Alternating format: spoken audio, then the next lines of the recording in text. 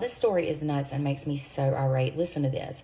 So, a volunteer firefighter who was using his own helicopter to help save victims of Hurricane Helene was threatened with a freaking arrest. This was while he was halfway through helping an elderly couple. Jordan Seedholm is a former cop and a volunteer firefighter, so he clearly knew what he was doing. And reportedly, he had been using his own helicopter, his personal chopper, to reach those who were cut off from the rescue teams following the hurricane. However, when he was about halfway through rescuing an older elderly couple in Lake Lure, North Carolina on Sunday, an official with the local fire department told him he would arrest him for rescuing the couple. Reportedly, Jordan had brought his two-seater helicopter down into a parking lot. He landed it. This was after he rescued a woman named Susan, who is pictured here, from her home, and her husband is Michael. That was while he left his own son, Landon, with her husband, Michael, at their isolated property. So the plans were for Jordan to return back to help Susan before then returning for Landon and Michael in 3 separate trips. This was before the fire official threatened to have him put in handcuffs. Reportedly, Jordan said he touched down or landed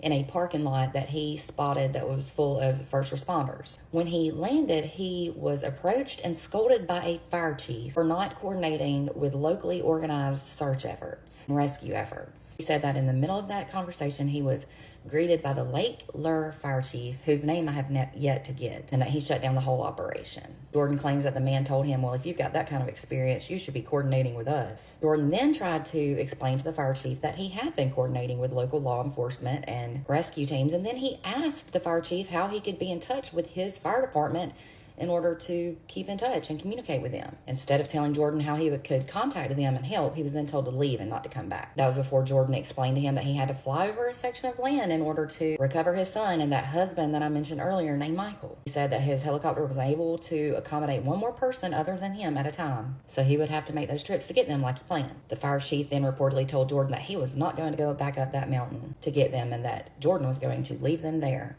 I'd have to just get arrested. I'm going to get my child. So Jordan then kept questioning the fire chief for a reason as to why he couldn't go back and get his child and Michael. And he was then told that he was interfering with the fire chief's operation. Sounds like, in my opinion, somebody was having a power trip and didn't like the thought of there being other rescuers and heroes in this situation. The fire chief then told Jordan, if you turn around and go back up that mountain, you're going to be arrested. So Jordan said, well, sir, I'm going back to get my co-pilot, which was his son, Landon. And he said that he told the fire chief he didn't know what to tell him. Good for you, Jordan. So what did the fire official then do? He called over 2 other law enforcement officers, and those officers then threatened Jordan with arrest. That is, if he returned to pick up his son and Michael. So after he explained the situation to the officers, it was said that one of the officers told him that he didn't know what he should do. That is, if Jordan didn't listen to the warning and continued flying. Jordan said at that point he felt like the other person was going to pressure him into arresting Jordan when he came back with the victim, and then his son would have been left on the side of the mountain with that person having to go back and rescue him, the people he was talking to. Jordan was then told to return to a local nearby airport by the jerk fire chief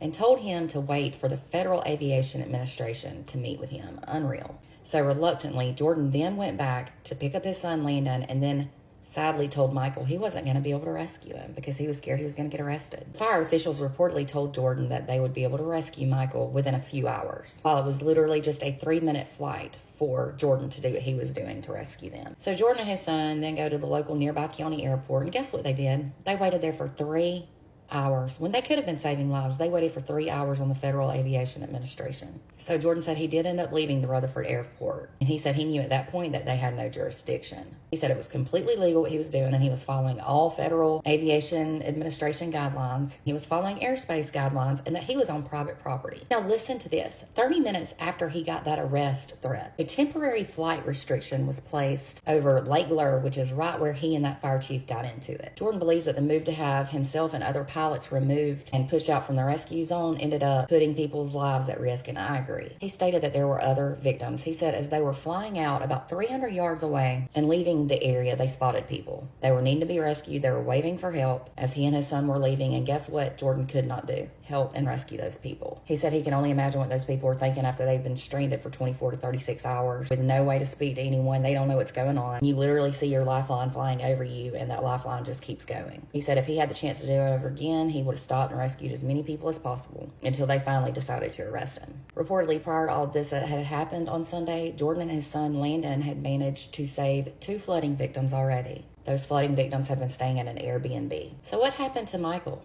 the guy that Jordan was trying to rescue. In a social media post, Michael later said that he literally had to swim across a river to safety, but now luckily he and his wife and their cat Cleo are safe, and I'm so glad to hear. Y'all, I can't believe this. You've got hundreds of people out there needing to be rescued. Hundreds of people died.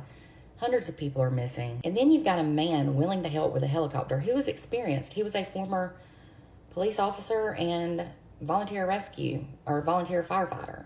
And yet you threatened to arrest this man for helping to save people's lives? I have not been able to verify the name of that fire chief, but in my opinion, he needs to be called out and fired. You would think that he would have taken help from anyone, especially a man with experience and with a helicopter. And you've literally got hundreds of people, who are dying and need rescuing and missing. This storm was horrific in that area and areas of Georgia and the Carolinas and Florida and Alabama and Tennessee. It's just been bad, and my heart and prayers go out to everyone who have been affected by this. For more content, be sure to click the follow button and to visit my website at www.truecrimewithmegan.com.